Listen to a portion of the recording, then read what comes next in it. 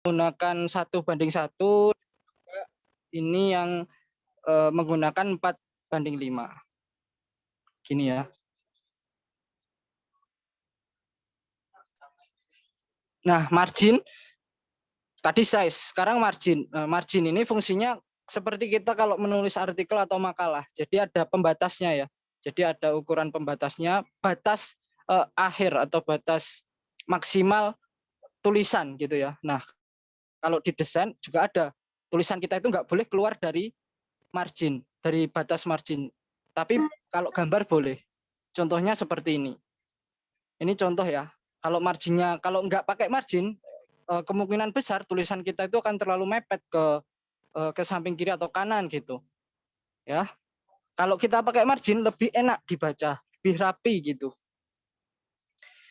Nah, contohnya seperti ini. Ini untuk pamflet ya. Pamflet maupun microblog sama aja. Nah, ini tulisan saya ya. Tulisan saya nggak keluar ya dari batas margin. Tapi gambar saya ada yang keluar gitu. Nah, ini nggak apa-apa, kalau gambar nggak apa-apa. Contohnya ini juga dalam microblog ya, yang saya ini covernya microblog ya. Tulisan saya tetap di dalam margin. Di sini gambarnya lebih boleh keluar gitu.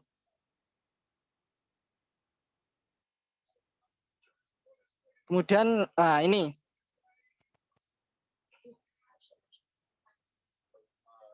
kemudian ini apa istilahnya margin untuk nanti kalau misalkan teman-teman menggunakan ukuran yang size yang ini ya, yang potret. Nah, itu nanti ada di sini ada marginnya, margin bikinan sendiri gitu.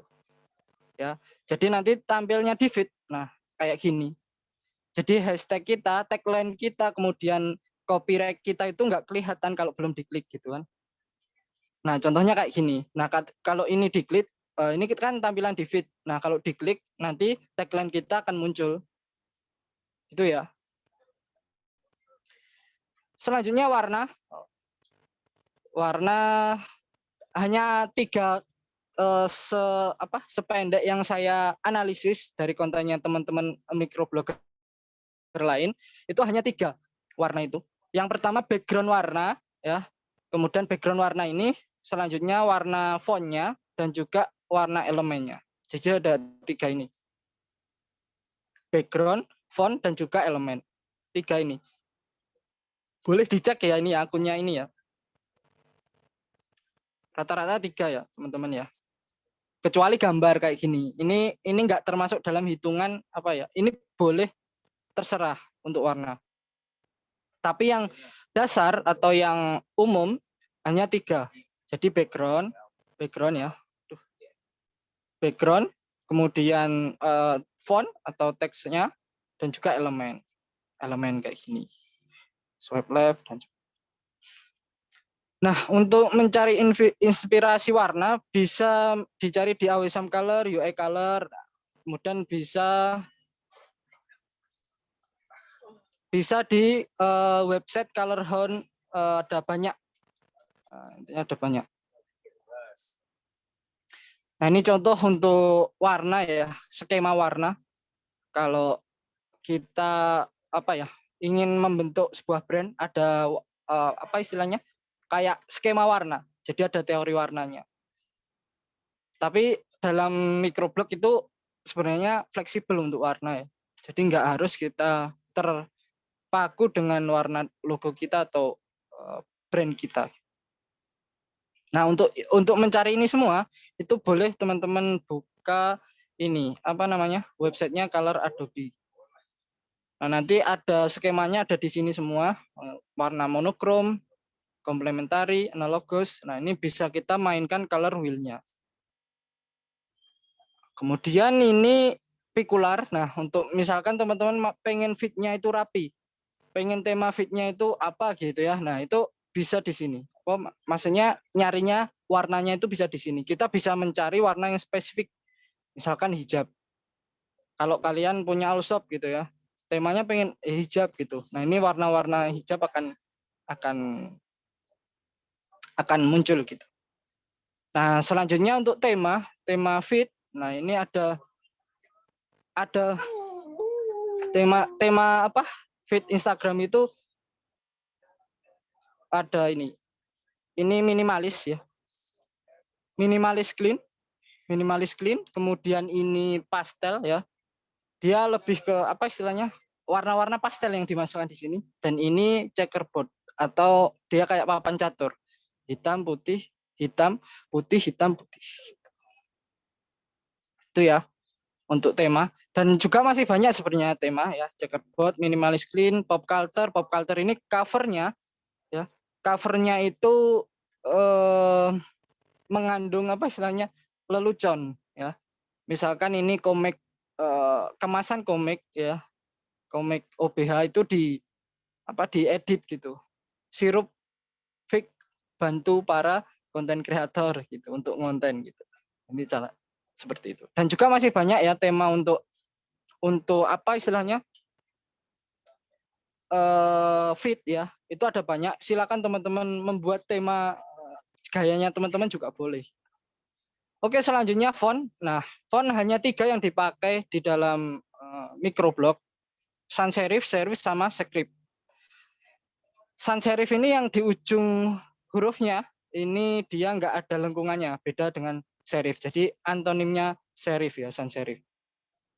Nah, contohnya ini ya, font sans serif itu lebih tegas. Dia kalau kita gunakan untuk menjelaskan hal yang detail ya, itu lebih ini teman-teman, lebih jelas daripada serif. Kalau serif kalau kita gunakan untuk menjelaskan yang detail itu kayak ada kayak nyambung-nyambung gitu ya. Jadi kayak ada apa istilahnya, kayak gandeng gitu ya dengan huruf satu dan huruf lainnya. Kemudian script ya, jadi hanya 3 ini. Nah, kalau ini yang saya analisis, memang hanya ada 2 kombinasi font dalam microblog. Bahkan ada yang menggunakan 1 font aja. Terus dia cuma main tebal tipis gitu. Nah, ini contohnya. Kalau misalkan headline-nya itu pakai serif ya.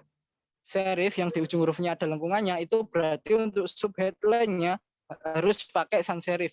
Jangan pakai serif semua gitu ya. Karena serif itu kekurangannya kalau dibuat tulisan kecil kayak gini, itu kayak dia kayak nyambung gitu loh antar huruf satu dan lainnya. Karena di ujung hurufnya kan ada tambahannya ya ini ya. Nah, terus kombinasi font sans serif dengan script. Ya, kalau di sini pakai sans serif ya, yang di ujung hurufnya itu yang tegak lurus ya. Ini tuh bisa dikombinasikan dengan script. Oke. Selanjutnya kombinasi sans serif dengan sans serif ya. Ada 2 jenis sans serif. Sans serif itu ada banyak ya sebenarnya. Sans serif itu ada yang tinggi, modelnya tinggi ya.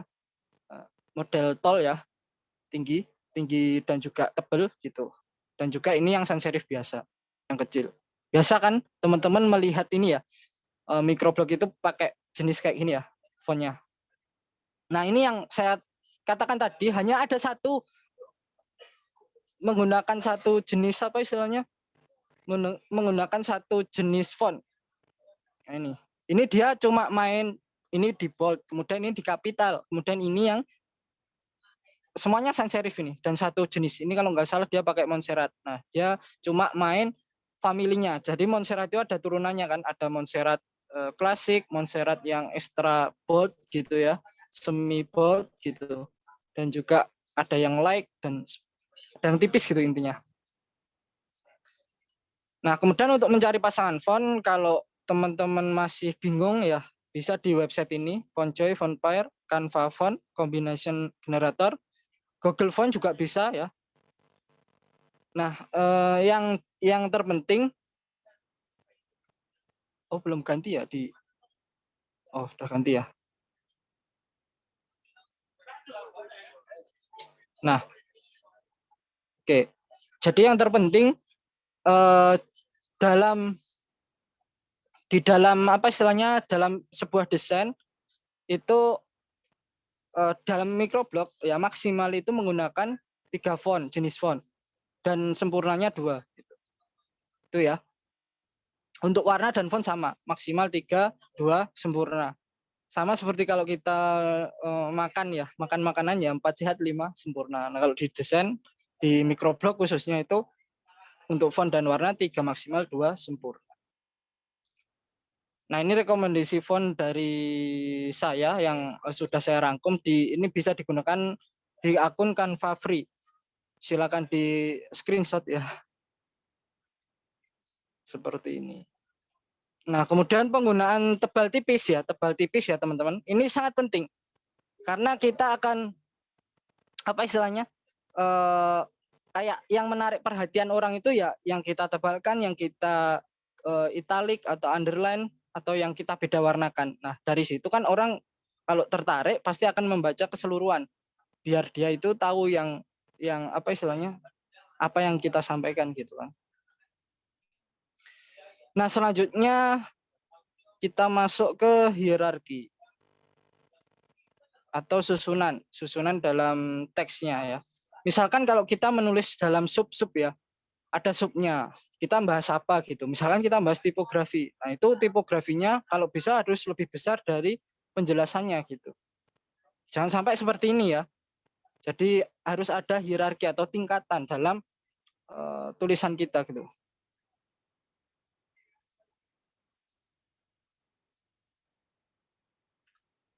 Oke. Selanjutnya ini 3-2-1 formasi dalam di microblog ya 3-2-1 gitu. Selanjutnya sebenarnya untuk ukuran font di dalam microblog itu ada ukurannya atau di dalam desain grafis itu ada ukurannya pakai rumus gitu. Tapi kalau nggak mau pakai rumus ya kayak tadi ya. Kalau saya mengakalinya ya pakai formasi 3-2-1 lah pokoknya. Gitu. Yang paling besar headline, yang untuk sub headline-nya agak kecil dari headline, kemudian yang paling kecil adalah body text-nya. Kalau pakai rumus ini ya, kalau kita misalkan pakai golden ratio dikalikan dengan 1,618, nah itu bisa kita ini apa istilahnya? Kita tentukan ukuran yang terkecil dari desain kita. Maksudnya isi teksnya atau body teksnya itu misalkan 25. Nah, 25 kita kalikan dengan 1,618 ketemulah 40. Nah, 40 ini ketemu yang namanya sub headline. Ya. Kemudian untuk headline ya, headline untuk mencari headline kita tinggal jumlahkan aja sub headline dan juga body text gitu ya. Jadi ketemulah 65 ketemu headline. Intinya kayak gitu. Nah, kemudian ada tracking ini jarak antar huruf. Ya, ini nggak boleh terlalu rapat dan juga nggak boleh terlalu longgar. Jadi harus normal seperti ini. Nah, kemudian line space atau leading. Nah, ini jarak, kalau tadi tracking jarak antar huruf, kalau ini jarak antar kata, atas bawah, antar kalimat gitu ya, atas bawah. Nggak boleh terlalu rapat, nggak boleh terlalu longgar. Pasnya segini gitu ya. Nah, kemudian alignment, penggunaan rata kiri, rata tengah, rata kanan, dan juga justify ya. Nah, yang paling bagus ternyata ya setelah saya belajar juga dari teman-teman komunitas, nah terkait penggunaan alignment yang paling bagus itu rata kiri. Ya, rata kiri karena memang kita itu membaca ya. Kita itu membaca tulisan kan dari kiri ya, beda dengan orang Timur Tengah mungkin. Orang Timur Tengah kan membacanya dari kanan gitu. Seperti itu. Boleh yang sering dipakai ini ya, rata kanan, rata kiri, rata tengah. Jadi pokoknya konsisten kita memakainya. Jangan sampai kita nggak konsisten ya. Dan juga hindari justify. Kenapa kok justify ini dihindari? Karena ini loh jarak spasinya antar kata satu dan kata yang lainnya itu beda-beda teman-teman ya. Ada yang jauh, ada yang terlalu dekat, ada yang nah ini ya. Itu yang dihindari. Nah, kalau bisa ini kayak gini ya. Seperti ini. Apa namanya? Seperti apa istilahnya? Pakai rata kiri semua. Jadi ini hierarkinya ada. Hierarkinya ada. Kalau ini di dalam web ya, web apa ya? Web blog gitu. Sub Ini sub headline ya, kemudian ini body text, kemudian ini call to action-nya. Oke, selanjutnya image dan grafiknya. Yang pertama relevansi ya. Kalau misalkan judul kita itu tips bermain sepak bola ataupun isi yang kita jelaskan itu tentang apa gitu ya. Nah, itu gambar yang kita pakai atau ilustrasi yang kita gunakan itu harus relevan ya. Jangan sampai ini sepak bola, gambarnya bola balon yang seperti sebelah kanan ya, itu salah gitu.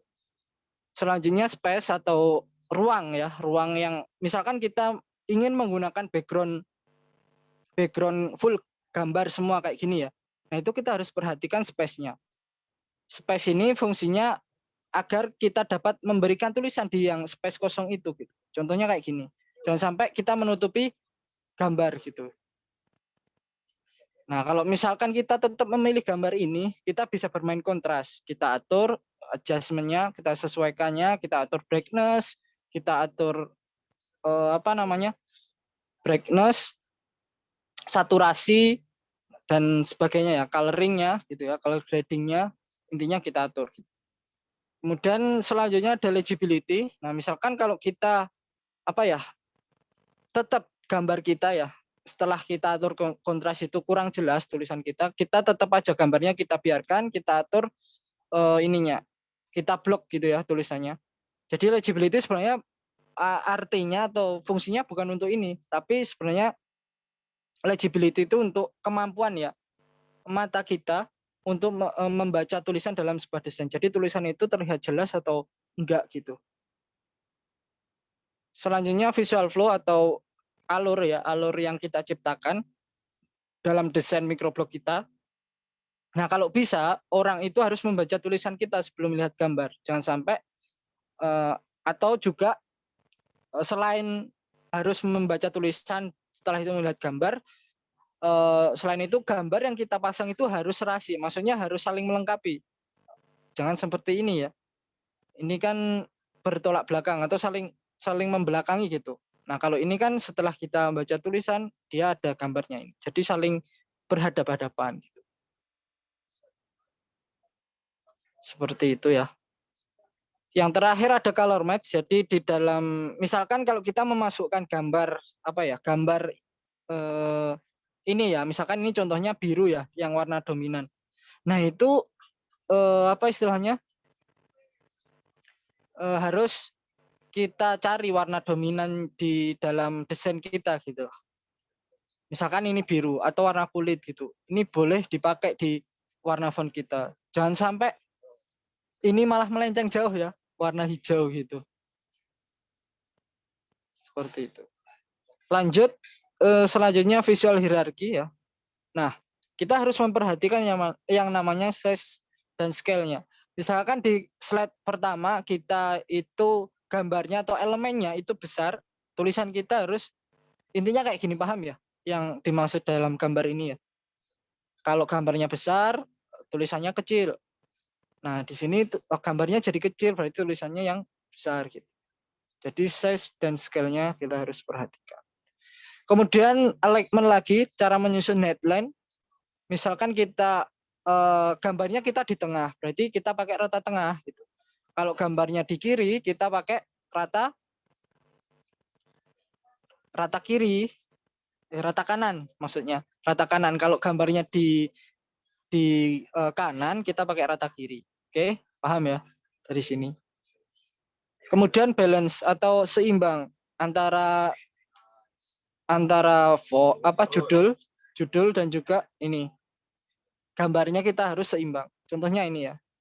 Ini yang samping kanan kiri, kalau ini yang atas bawah. Seperti itu, balance ya. Harus balance. Atau sejajar. Selanjutnya visual hierarki ya, di dalam desain grafis itu seperti pola huruf Z. Nah, ini untuk semua. Kalau kita bikin pamflet dan sebagainya ya seperti ini. Logo itu harus ditaruh di atas karena itu yang menjelaskan apa istilahnya? Yang membiasakan orang itu melihat, oh ini desainnya orang ini. Oh ini desainnya komunitas ini. Jadi kenapa kok logo itu di atas ya? Itu karena untuk membangun brandnya. Terus kenapa kok kayak kontak person, sosial media itu pasti di tengah, di bawah gitu. Nah itu memang ini ya ada helpful text-nya dan juga call to action untuk nomor WhatsApp dan juga klik link ini gitu itu namanya call to action. Jadi kita menyuruh orang untuk mengklik. Nah kalau microblog itu rata-rata pakai pola F, jadi pakai rata kiri semua gitu ya kayak tadi ya. Kayak gitu. Untuk pola zigzag ini untuk infografis, jarang digunakan untuk microblog. Nah, template-nya seperti ini ya dalam microblog. Ada tagline di atas tagline kalian ya kayak contohnya punya saya tadi ya. Halaman, kemudian ini save areanya, ini copyright-nya dan ini swipe-nya. Dan juga selanjutnya masih belum ganti ya di layar. Urutan microblog ya pakemnya. Yang pertama, slide pertama headline. Slide pertama headline, kemudian slide kedua intro atau permasalahan yang kita angkat. Boleh boleh dalam bentuk pertanyaan maupun pernyataan ya di slide kedua ini. Kemudian di slide ketiga kita bisa menggunakan bahasa yang intinya lebih mengompori ya di slide kedua. Selanjutnya di slide ke-4 sampai ke berapa ini? 4 sampai ke 7. Nah, ini boleh penjelasan. Maksimal 4 slide ya penjelasan. Kalau cukup 1 slide ya juga boleh. Nanti setelah penjelasan solusi dalam bentuk argumentasi kita. Ya, itu yang saya lakukan. Kemudian yang setelah solusi argumentasi kita atur ini produk yang dijual ya. Atau istilahnya kalau kita pakai organisasi ada acara ya, organisasi itu punya acara, nah itu bisa ke pamflet kita gitu. Ditaruh di sini. Kemudian call to action. Seperti itu ya. Atau ini kalian ajak kemana gitu ya untuk solusi yang realnya. Kan ini solusi argumentasi kita. Jadi kayak cuma pendapat kita. Terus kita menyarankan solusi yang lebih yang bisa direalisasikan. Atau boleh di slide ke 8 dan atau 2 slide sebelum slide terakhir ini boleh kalian isi solusi semua. Kalau satu slide nggak cukup. Dan juga ini ada beberapa cara membuat headline juga dalam microblog ya. Jadi ada banyak sebenarnya ilmunya microblog. Saya biasanya kalau ngisi kayak gini 2 hari gitu. Sekarang cuma menyampaikan materi, besok prakteknya gitu. Karena memang ini kan kita workshop ya, jadi harus ada prakteknya juga nanti. Ini kurang berapa slide ya, dikit lagi. Selective headline ya ada 5 jenis headline. Yang pertama selective headline. Jadi dia itu menyasar ke kelompok tertentu. Contohnya tips cari ide konten khusus konten kreator wanita. Berarti kan khusus untuk wanita. Perhatian teruntuk digital marketer, owner dan reseller. Jadi hanya untuk digital marketer, owner dan reseller. Tips yang kamu masih jomblo gitu. Kemudian selanjutnya ada fear headline atau headline yang seolah-olah menakuti audiens. Jadi headline kita itu kayak membuat penasaran. Ya bukan maksudnya membuat takut, akhirnya dia mau membuka slide selanjutnya gitu. Jadi dia takut itu terjadi di dia gitu. Intinya kayak gitu. Jadi kita harus bisa menghasilkan kayak gitu. Selanjutnya curiosity headline atau headline yang membuat kepo lah atau penasaran. Nah, kayak gini ya. Nah, ini bisa teman-teman adaptasi disesuaikan dengan niche-nya teman-teman atau bahasanya teman-teman gitu. Selanjutnya ada question headline. Intinya kalau question headline ini 5W1H lah intinya ya. Jadi di awal headline-nya itu ya apakah, bagaimanakah, yang seperti itulah intinya ya. Kemudian yang terakhir ada benefit headline. Ya ini orang itu ya ketika membaca headline kita aja dia itu sudah akan merasa mendapatkan keuntungan secara ekonomis maupun psikologis. Jadi entah apa gitu ya. Misalkan kalau kemarin saya ikut lomba itu tentang apa ya? Tentang cara menjaga kesehatan mental. Nah, itu kan juga bisa ya di apa istilahnya kita pakai yang benefit headline. Atau kita menyasar yang tadi selective headline itu juga bisa. Nah, kemudian ini call to action ya di slide terakhir seperti ini. Nah, selanjutnya penting mana? Desain atau value? Desain atau value? Nah, di dalam microblog yang setelah saya ikut beberapa lomba-lomba gitu ya, yang terpenting di dalam microblog itu adalah value kita. Jadi muatan pesan kita. Desain itu tidak terlalu dipentingkan. Desain itu hanya berapa persen gitu dalam apa?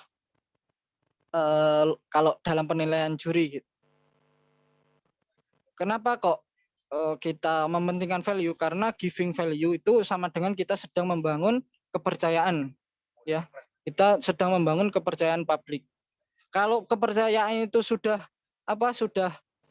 terbangun, otomatis loyalty itu akan mengikuti teman-teman. Entah loyalty dalam bentuk materi, relasi, dan banyak lagi gitu. Itu yang saya rasakan gitu.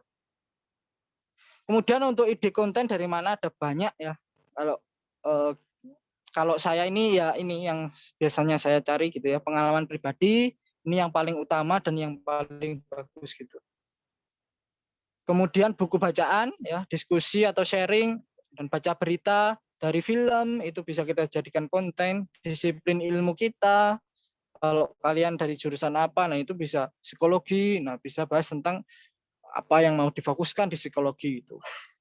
YouTube, Twitter, Quora, dan bisa ditambahkan sendiri terkait ide. Tipsnya bagaimana? Kita harus menentukan tujuan tadi.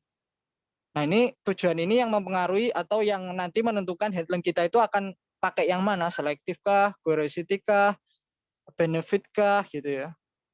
Kemudian kan gunakan kalimat simple yang menarik. Simple dan menarik maksudnya. Jadi jangan bertele-tele kalimatnya, jangan terlalu formal juga gitu ya. Di kalimat sehari-hari kalau bisa. Sesuai target kita mau kemana. Target dan goals. Ya. Yang terakhir, sebarkan value. Kemajuan, caranya bagaimana? Ya, bisa curhat ya. Aktivitas atau emosi yang kita rasakan, emosi dalam tanda kutip positif ya. Emosi positif yang bisa kita tularkan ke audiens kita gitu. Aktivitas apa yang sedang kita jalani gitu, itu bisa kita pakai jenisnya curhat gitu ya. Bisa kita sharing tips dan trik, ini yang paling laris ya, ini tips dan trik ya. Kemudian bisa story ya, atau pengalaman atau latar belakang kita dulu itu sebagai seorang apa dan sekarang beralih menjadi seorang apa, dan itu silakan bisa dijadikan konten gitu. Selama itu tidak bukan menjadi hal yang privasi. Terus menggunakan frasa seperti ini ya. Jadi yang ringan-ringan aja. Beberapa hari yang lalu, jadi ceritanya saya lupa kapan tepatnya. Awalnya dulu nggak pernah nyangka gitu ya. Intinya kayak ya kalimat-kalimat yang sederhana. Terus bagaimana cara membuat konten yang berkualitas dan menarik? Yang pertama kita harus berempati dengan pengguna, dengan followers kita, dengan audiens kita. Kita bisa cari ide itu juga dari story Instagram ya.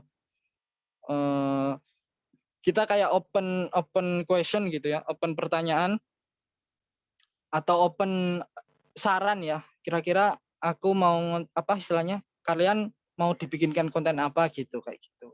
Nah, itu bisa jadi pertimbangan teman-teman untuk membuat konten. Jadi kalau masalah ide sebenarnya kita nggak akan kehabisan gitu.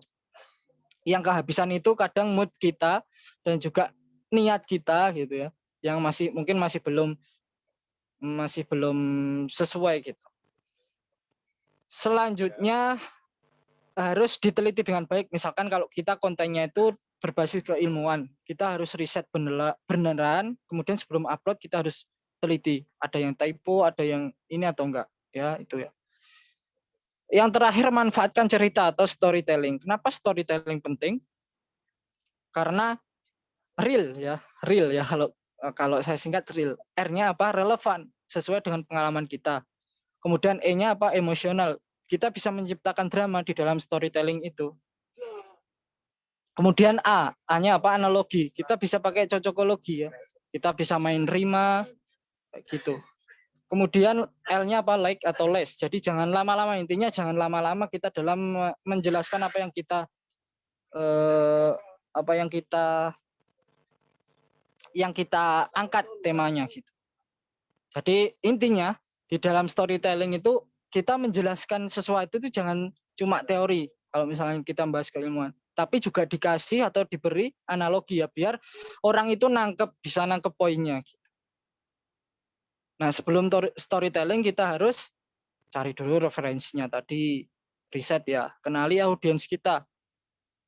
Tentukan niche kita. Niche itu lawan katanya general. Jadi kita itu harus menemukan spesifikasi kita.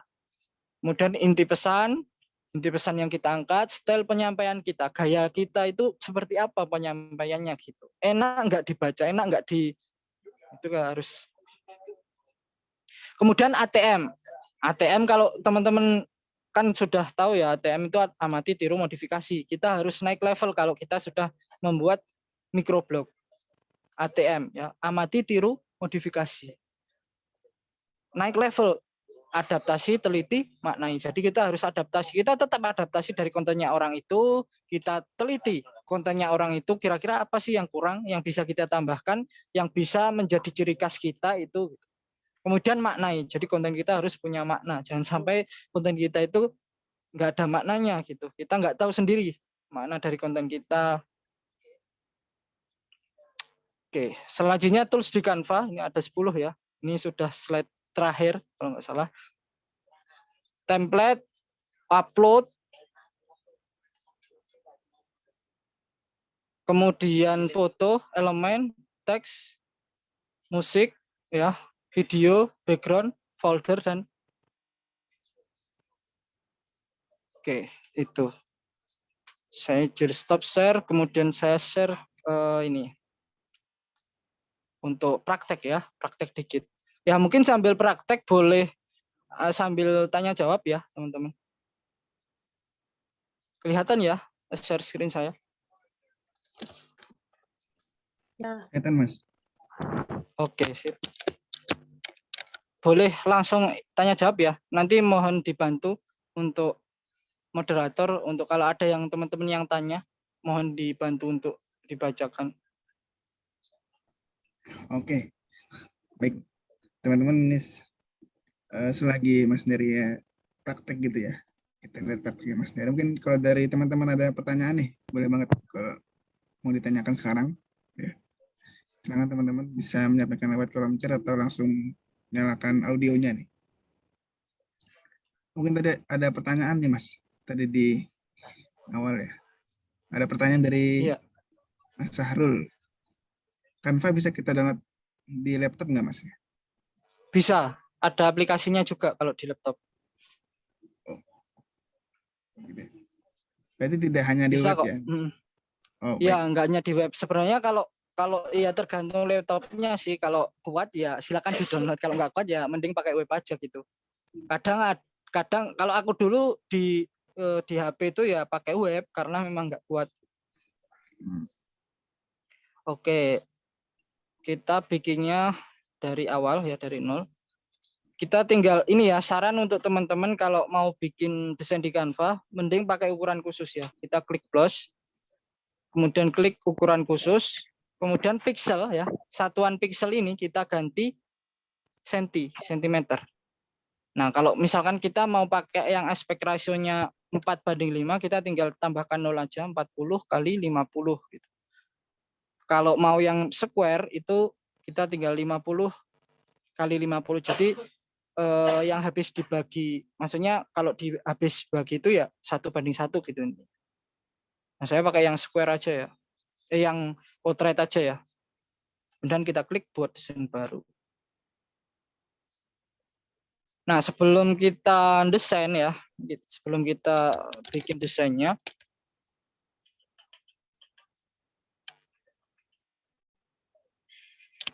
nah ini kita harus aktifkan marginnya. Margin atau ini. Jadi ada margin otomatisnya. Ini ya. Di sini cara menampilkannya di titik 3, kemudian ini. Tampilkan pembatas gitu ya. Oke. Nah, setelah itu kita masukkan teksnya. Teks.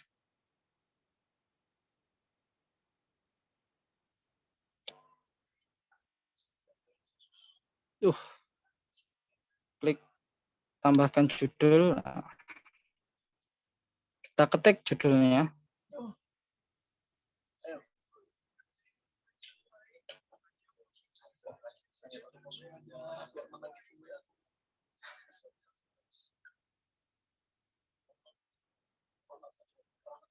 Pakai rata kiri. Kemudian ganti ukuran font. Nah, kalau saya biasanya kalau yang font yang tinggi pakai Anton. Nah, ini kemudian kapitalkan semua.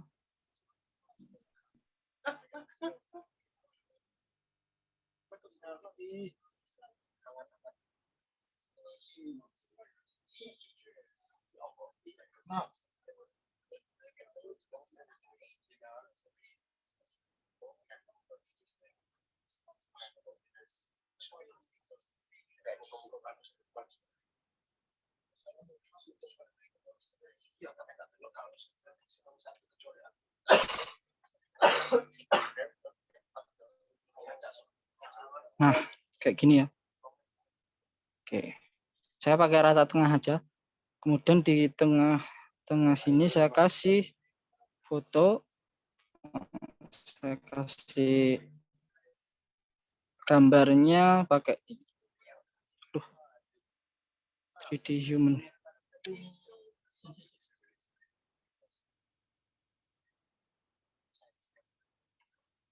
Kemudian saya filter.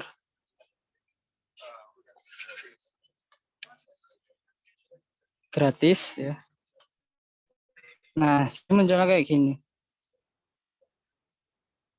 Misalkan kayak gini.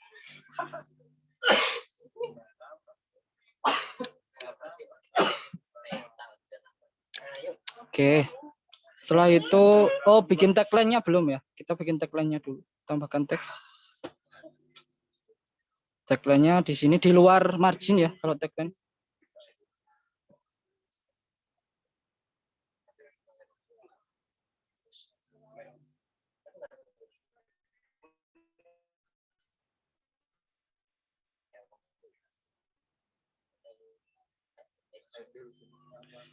Kemudian ini kita tagline saya smart design with smartphone.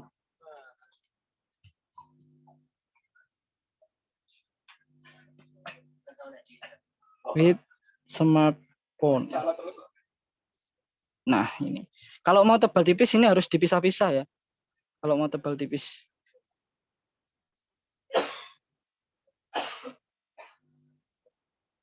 Nah, gini. Terus di bawah boleh kita kasih copyright kita.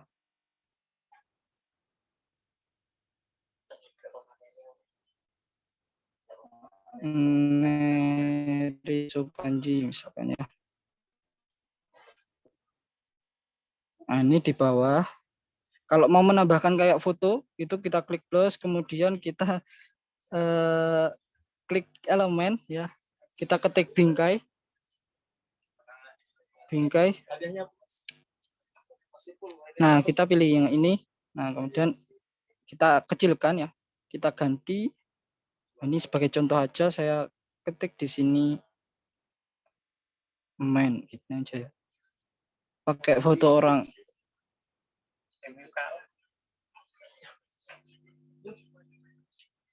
Nah, kayak gini ya. Kalau mau besarkan wajahnya kita klik 2 kali di bingkai ya. Sampai kayak gini. Dan kita close up. Nah, kemudian kita geser.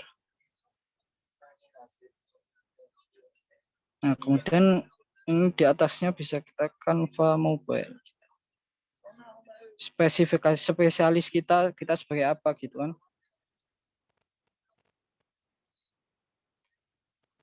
Pakai kapital aja. Kemudian agak kita tebalkan ya. Ini format kita tebalkan. Jadi ada hierarkinya. Nah, setelah itu di sini halaman ya. Di atas ini halaman. Terserah mau di atas mau di bawah. terserah ya kalau halaman. Kalau saya biasanya lebih betternya ya di atas. Kemudian kita klik plus ke elemen lagi, kita tambahkan swipe.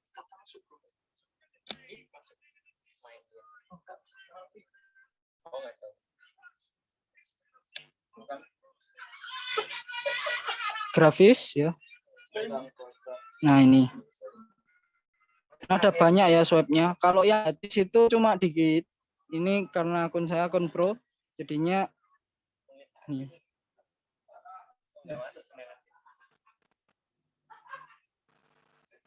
Nah, ini untuk yang free, akun free. Nah, bisa pakai inilah.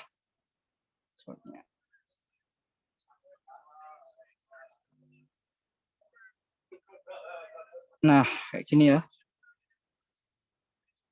Kalau sudah, ini tinggal kita duplikat atau bisa kita kanvasnya bisa kita ganti warna. Nah, cara memilih warna saya sarankan kita ambil warna dari gambarnya aja. Gambar yang kita masukkan. Kita scroll ke bawah sini sampai ada warna foto. Nah, ini bagus teman-teman kalau kita pakai. Nah, ya kan? Nah, berarti kita pilih yang warna terang aja kalau misalkan gelap. Nah, jadinya kayak gini. Kemudian kita bisa kasih variasi di teks kita klik plus, kemudian kita di sini percikan ya, percikan. Klik grafis. Nah, kemudian kita pilih yang gini. Nah, ini bisa kita ganti warnanya seperti warna background. Oh, ini harus kita atur posisinya dulu. Kita majukan ke depan. Nah, jadinya kayak gini. Jadi kayak ada teksturnya ya. Di dalam ininya apa? Di dalam font kita ada teksturnya. Ada teksturnya. Nah, kalau saya perbesar kayak gini. Ini ya caranya. Oke, selanjutnya kita bisa duplikat halamannya. Terus untuk membuat, saya nggak akan mencontohkan sampai akhir ya. Saya hanya mencontohkan basicnya. Tadi kan isinya sudah dibahas ya. Nah, caranya untuk dari teman-teman mungkin ada yang tanya biar nyambung antara satu slide dengan satu dan satu yang lainnya gitu. Itu caranya kayak gini. Misalkan ini ya mau kita sambungkan ke slide berikutnya. Kita perbesarkan dulu. Kita geser ke kanan. Sampai ada garis pink ya, garis pink. Itu garis pink yang vertikal ya, pink atau ungu atau magenta itu kayak gitu. Selanjutnya kita duplikat, kita geser ke kiri sampai ada garis pink juga paling tepi sama garis horizontal yang putus-putus ya kayak gini ya. Nah, ini kalau sudah kita duplikat halamannya, kita kembali ke slide 2, kita hapus yang paling depan, kita ke slide 3, kita hapus yang paling belakang. Nah, ini sudah nyambung teman-teman ya kan. Kemudian untuk menyambungkan foto ya. Tadi kan sudah gambar yang PNG. Nah, kalau untuk foto misalkan saya kasih contoh inilah misalkan. Kayak gini ya. Ini saya perbesar dulu kemudian saya geser ke bawah ya. Kalau foto harus kita pilih salah satu sisi, atas atau bawah sini. Atas sini atau bawah sini gitu ya. Kalau di tengah-tengah itu nanti jelek hasilnya. Sama kayak tadi caranya, ada garis pink, kemudian kita pilih yang ini, kita duplikat kayak tadi. Nah, kalau sudah kita duplikat. Slide 3 kita hapus paling depan, slide ke selanjutnya kita hapus yang paling belakang.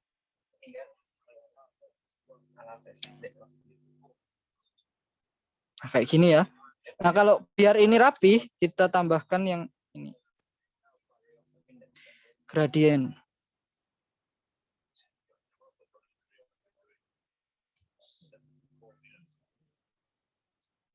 Tambahkan gradien.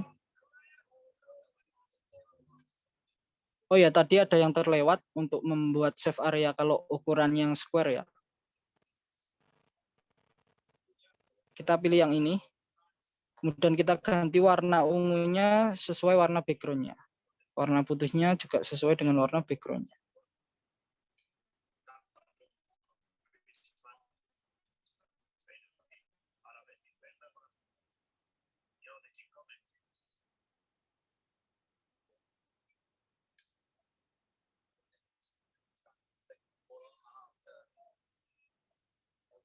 Nah, kalau mau ngaturnya biar rapi pakai yang geser ya, pakai tools geser ini. Oke, biar rapi.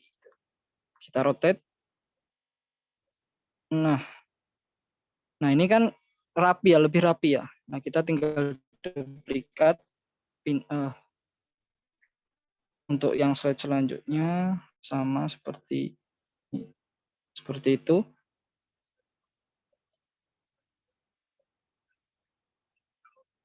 Duplikat, kita geser ke slide berikutnya, kita rotate.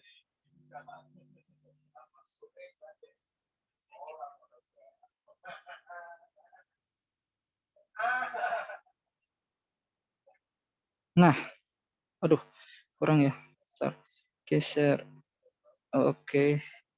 Nah, ini ya. Ini nyambung, teman-teman. Kalau fotonya bagus, dia akan lebih rapi kelihatannya kayak gitu. Seperti itu. Terus apa lagi ya? Oh ya, yang awal tadi untuk biar apa ya? Ini nanti kelihatannya seperti ini. Mana ya?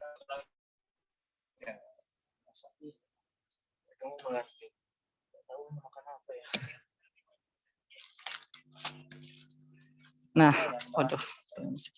Biar nanti kelihatannya di feed itu kayak gini, teman-teman. Nah, ini tadi saya baru ngupload ya. Nah, ini upload otomatis kan. Saya kan tinggal ini ya. Saya tinggal ngisi. Tapi saya pakai upload otomatis. Nah, nanti ketika diklik kan ini kalau di feed kan kayak gini. Kalau diklik nanti akan tagline-nya akan muncul. Nah, itu caranya kita harus pasang di sini biar kita nggak kelebihan gitu ya. Klik plus, kemudian kita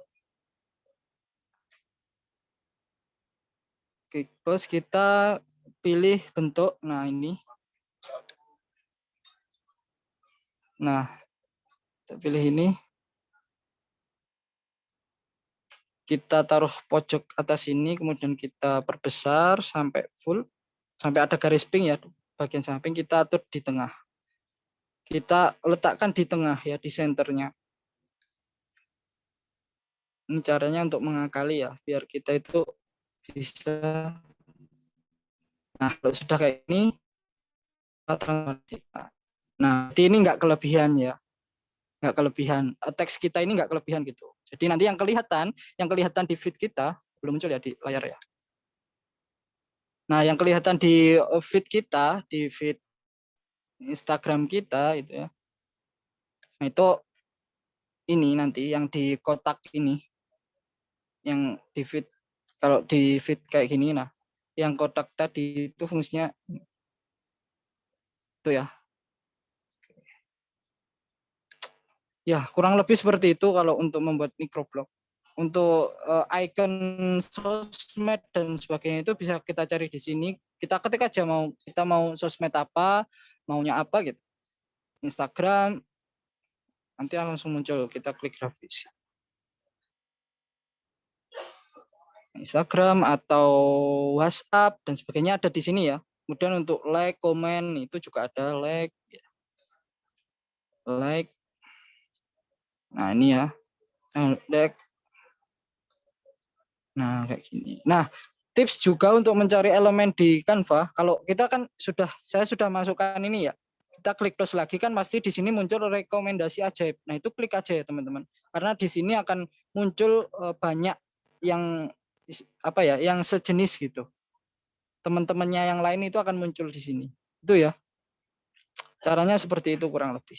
Oke, mungkin itu saja yang dapat saya sampaikan sambil kita tanya jawab sambil saya ini ya. Kalau mau membaca di buku panduan ini sudah saya rangkum, saya pernah ikut lomba microblog. Nah, ini ada saya tulisi juga ya. Yang ini yang gagal juara kemarin submit di LMI ya, Zakato.org itu. Karena memang saya bikinnya dadak ya, atau terburu-buru. Jadinya ketika apa ya, kalau desainnya lumayan gitu ya, lumayan, tapi isinya yang nggak lumayan karena terburu-buru. Nah, kalau yang ini baru mikir dan riset dulu gitu. Ini jenis-jenis konten yang apa ya, ya model konten saya seperti ini, ciri khas saya seperti ini gitu. Seperti itu teman-teman.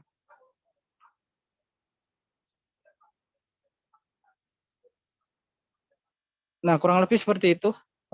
Mungkin kita bisa tanya jawab. Ya. Saya stop share ya. Oke Mas, ini sudah ada 2 pertanyaan lagi Siap. dari Kak Cynthia nih. Izin bertanya Kak, kalau di Canva itu buat cetak banner baiknya ukuran berapa ya, biar nggak pecah? Cetak banner. Ya, kalau saya mengakalinya dari apa? Kita ukurannya berapa meter dulu. Misalkan 2 kali 1. Nah, itu tinggal apa ya? Senti kita tadi ya pixelnya. Coba saya searching lagi. Kalau nggak salah bisa kok. Atau kita browsing. Jadi biasanya saya browsing. Ukuran pixel banner yang 2 meter kali 1 meter itu berapa pixel gitu. Nah, biasanya saya kayak gitu. Nah, misalkan ini ya, kita coba senti bisa nggak sampai 200 sama 100. Kalau nggak salah sentimeter itu cuma bisa sampai 100 aja maksimal. Coba saya coba dulu, kita klik plus, ukuran khusus, bannernya misalkan 2, kalau bannernya, kalau nggak salah ya bannernya, kalau bannernya itu nggak ada komanya ya 1,5 meter. Nah itu kalau ukuran pas itu bisa pakai senti kalau nggak salah. 200 kali 100. Nah ini bisa. Oh nggak bisa. Kalau bisa itu, nah oh sampai 100 saja. Kalau bisa itu dia pasti ungu gitu ya. Berarti 2 kali 10. Ini juga bisa atau bisa browsing aja gitu. Kita browsing di sini. Ukuran pixel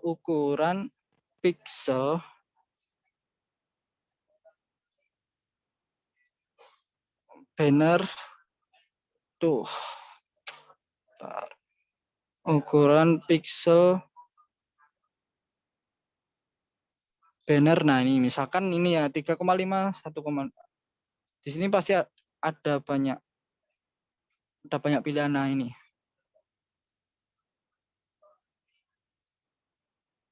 Mana ya?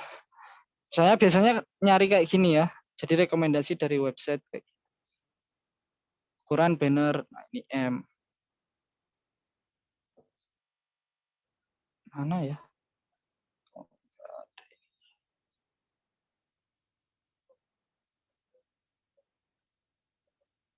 Atau pakai kayak konversi online itu juga ada loh, pixel ke nah itu ada gitu ya. Ya intinya bisa cari di website aja kalau ukuran kayak gitu ya pixelnya. Nah nanti untuk rumusnya di Canva kalau sudah jadi bannernya, misalkan ini saya lihat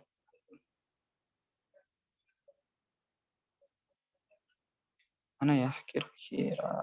Saya pernah bikin X banner. Nah itu saya ekspornya itu pakai cetak PDF ya kalau di Canva. Kalau mau dicetak, jadi jangan pakai PDF standar. Cetak PDF mana ya?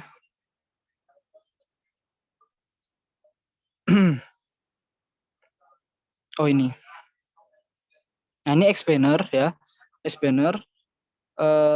Kalau kita mau nyetak ini, nah ini saya ukurannya juga nyari teman-teman, nyari di website gitu. X banner itu umumnya ukuran berapa kali berapa gitu. Itu ya caranya. Kita bisa ekspornya kayak gini, simpan sebagai, kemudian kita ganti ini. Kita ganti ini cetak PDF. Nanti bentuknya PDF. Ya itu ya intinya ya. Ya mungkin itu yang jawaban saya terkait pertanyaan itu. Oke Mas, dari Kak Cynthia bagaimana, apakah ada tanggapan? Atau kita lanjut dulu ke pertanyaan selanjutnya dari Thor. Izin bertanya, saya pernah desain Canva di laptop, tapi saya buka di HP malah berantakan, nggak sesuai. Misalnya tulisannya yang berantakan. Itu gimana ya? Salah Canva-nya atau HP-nya? Oh, itu biasanya bukan salah laptopnya ya, biasanya HP kita yang ini kayak ngebug atau apa ya. Kalau bisa saya pernah pakai HP saya ketika RAM-nya itu cuma 2 giga. Nah, itu ya kayak gitu, kayak tulisannya geser-geser sendiri dan pokoknya nggak sesuai lah. Jadi nggak sesuai kayak di laptop. Atau kadang ini padding itu kayak gini. Paddingnya kita misalkan ini ya, saya kasih contoh. Padding itu ini. Nah, ini padding. Ini padding. Nah, Maaf ini Mas, paddingnya kadang belum di gimana? share screen, ya. Oh, belum di share screen ya? Iya. Oh ya, lupa. Maaf. Eh, Bentar. Bentar ya. Nah, cek. Nah, ini padding. Padding itu ini teman-teman. Nah, kadang di laptop kita paddingnya agak lebar kayak gini. Nah, terus beda sama yang di HP kita gitu.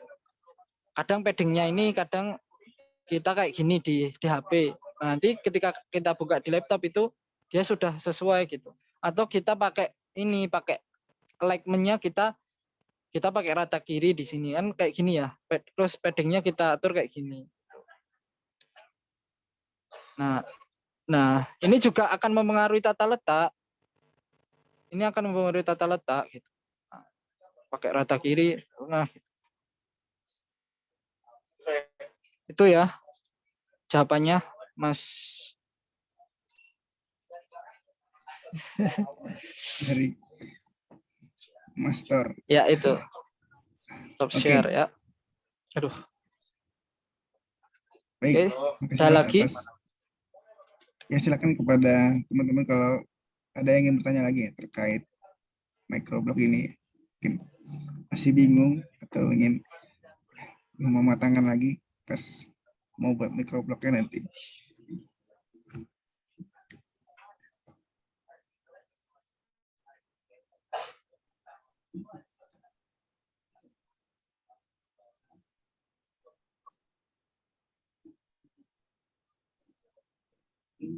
Bagaimana? Atau sudah tidak ada nih yang ingin bertanya nih?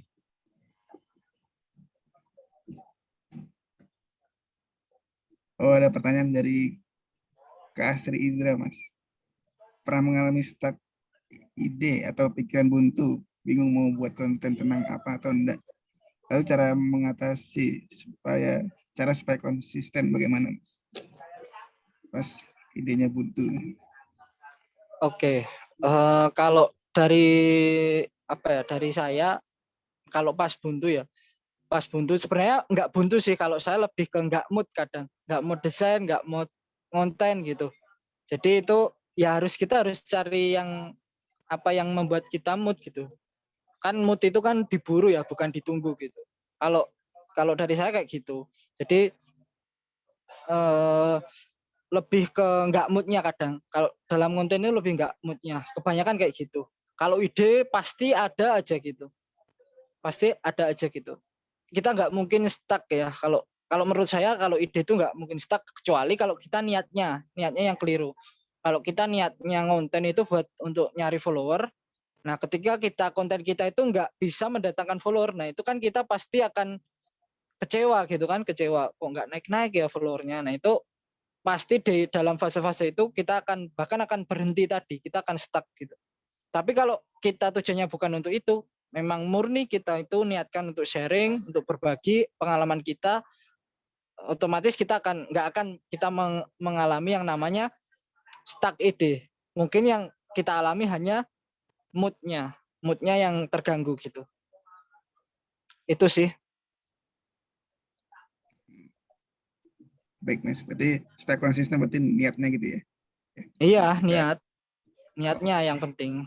Kalau kalau niatnya sudah benar, berarti tinggal moodnya. Kadang moodnya yang bisa terganggu. Mood kita itu kadang bisa terganggu. Gitu. Ya, namanya mood ya tadi ya. hmm, Mood itu harus kita buru. Kita yang bisa mengembalikan mood kita itu kita melakukan apa gitu. Jadi mood itu diburu, hmm. jangan ditunggu gitu kan. Biasanya kan kita nantilah kalau sudah mood gitu konten lagi. Nah, jangan sampai kita harus memburu mood itu. Jangan kita tunggu. Itu. Oke, baik Mas. Terima kasih atas jawabannya. Ini ada pertanyaan lagi dari Kak Ansori. font yang biasa digunakan untuk judul, subjudul, dan teks yang bagus apa ya, Mas? Terima kasih. Oke, aku share screen ya. Kita lihat Yes. punyanya teman-teman microblog yang lain.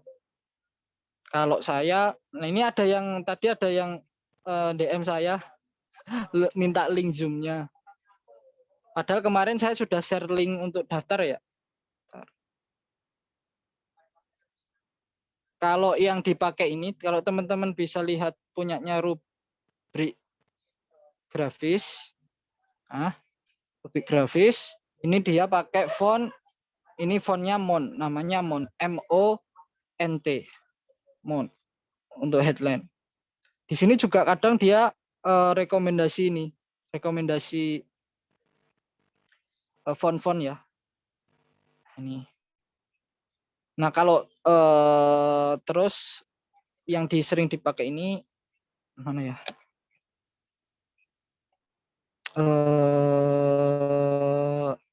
Melukis slide ya, melukis slide ini dia pakai PowerPoint ya, bikin microblognya. Nah ini dia pakai font Anton, kayak Anton ya, yang font sans serif yang modelnya tinggi dan bold gitu. Ya intinya kalau kombinasi font kayak yang saya sampaikan tadi ya. Nah, ini ya, rata-rata dia pakai font yang tall. Kalau punyanya Mas Syam, dia juga pakai font yang tinggi modelnya. Kalau bawah. Nah ini model-model yang tinggi gitu ya. Mana yang enggak video? Nah ini. Ini dia sama Montserrat. Kombinasinya Montserrat sama Anton. Kayak gitu. Jadi rata kayak gitu. Terus yang script dan ini siapa ya? Dulu itu yang sering script. Saya lupa teman-teman kalau yang script ya. Punya saya ada yang enggak kira-kira.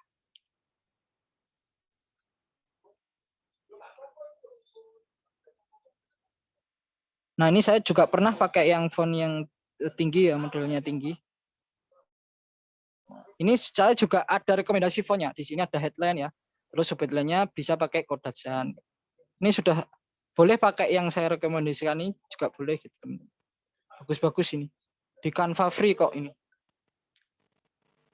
Ini buat Canva free dan pro ya. Jadi kalian kalau menggunakan Canva free juga ada kayak gitu.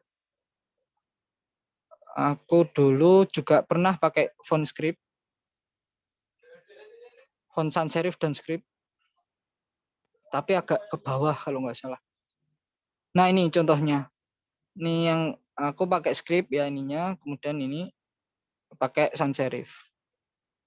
Terus isinya pakai sans serif semua. Pakai sans serif dan main tebal tipis.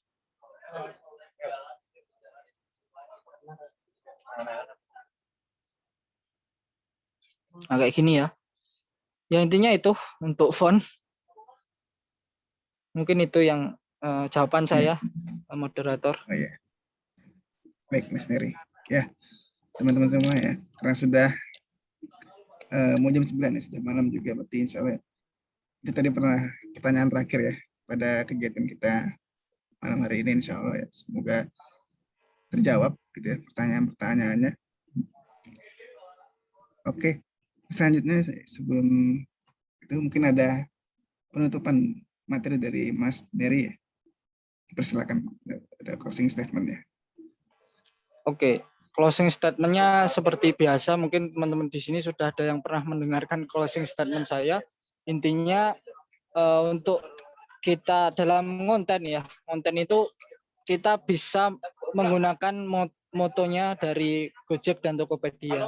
Kalau Gojek itu bilang pasti ada jalan ya, ya pasti ada jalan dalam apa istilah? Pasti ada jalan untuk kita berkarya teman-teman.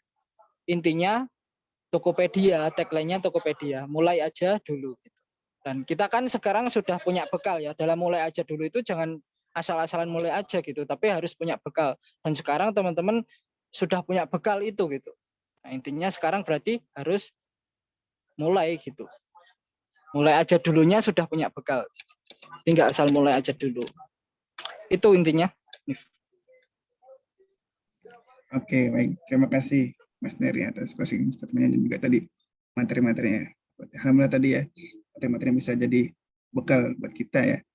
Dan sehabis workshop ini teman-teman, nah, kita juga adakan challenge nih ya untuk teman-teman. Challenge-nya itu membuat konten microblog ya. Jadi challenge membuat konten microblog, temanya bebas, yang penting positif dan juga bermanfaat. Saya kirim di kolom chat ya. Dan nanti untuk konten microblognya kita upload di IG masing-masing dan tag ke kami UM, @kami UM dan @Neri_Supanji, dan nanti dikasih hashtagnya workshop kami UM. Dan nanti yang konten terbaik akan ada door prize-nya. Nah itu. Jadi insya Allah tadi materi-materinya juga bisa jadi bekal buat kita, dan tadi ya seperti Tokopedia mulai aja dulu.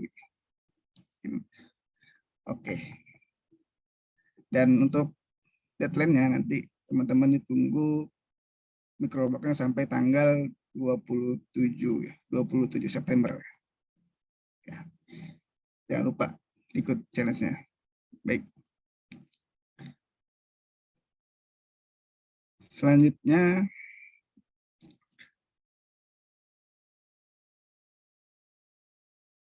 oke teman-teman. Nah, selain workshop ini ya, oke, ada lagi pengumuman ya teman-teman. Jadi selain workshop, kami UM juga sebentar lagi akan mengadakan pengumuman lagi nih, mengadakan oprek ya, oprek rekrutmen atau daurah marhalah 1 ya. Jadi dan dari DM ini adalah DM1 ini, daurah marhalah 1 adalah open rekrutmennya UM, insya Allah akan diadakan secara online dan diadakan di bulan Oktober, bulan depan gitu. Jadi ya itu ya. Sebelum untuk terkait dengan oprek ini, daurah marhalah 1 ini sepertinya ada video nih yang akan ditampilkan oleh panitia. Silakan kepada teman-teman panitia. Nih, silakan disimak dulu teman-teman untuk videonya.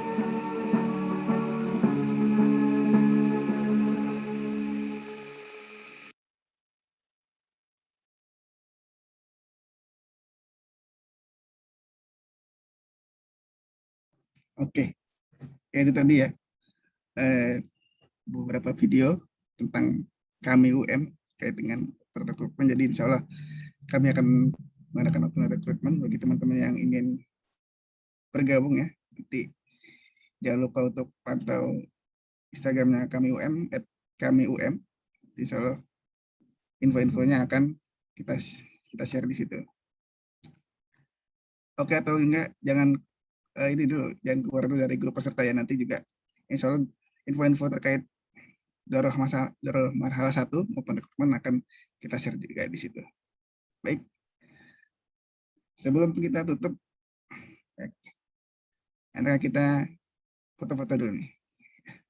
Silakan kepada teman-teman ya, yang mungkin nggak kesulitan, nggak berhalangan untuk membuka videonya, kameranya ya. Silakan di open cam dulu nih. Kita mau foto dokumentasi dulu.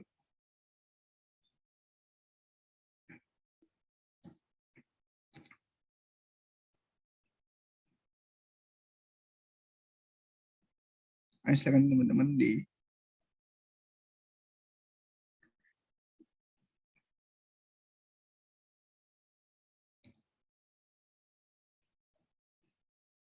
oke. Masih ditunggu yang ingin buka kameranya. Oke, ada berapa nih?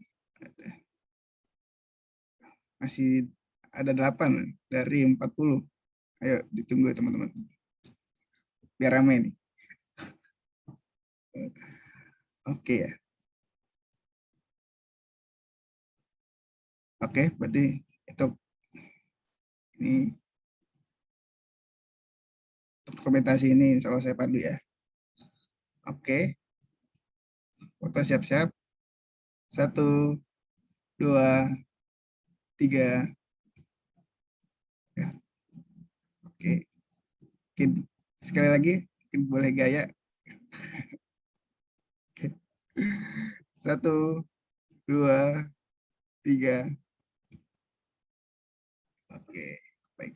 Terima kasih kepada Mas Neri dan juga kepada teman-teman ya yang sudah hadir pada workshop pada malam hari ini ya. Alhamdulillah kita sudah sampai pada akhir acara. Mudah-mudahan workshop ini bisa menambah ilmu manfaat untuk kita, dan juga jangan lupa nanti challenge-nya juga untuk diikuti ya. Oke teman-teman, untuk itu workshop pada malam hari ini bisa kita cukupkan ya. Sebelum kita tutup, mari sama-sama kita membaca istighfar 3 kali. Astagfirullahaladzim. Alhamdulillah, alhamdulillahirabbil alamin, dan doa kafaratul majelis. Subhanakallahumma wa bihamdika asyhadu an la ilaha illa anta astaghfiruka wa atubu ilaik. Ya, saya sebagai MC mohon maaf bila ada salah atau kekurangan ya. Sekian dari saya tutup. Wassalamualaikum warahmatullahi wabarakatuh. Ya. Waalaikumsalam warahmatullahi wabarakatuh. Syukran Hanif. Iya. Syukran Mary. Syukran teman-teman semua. Terima kasih teman-teman.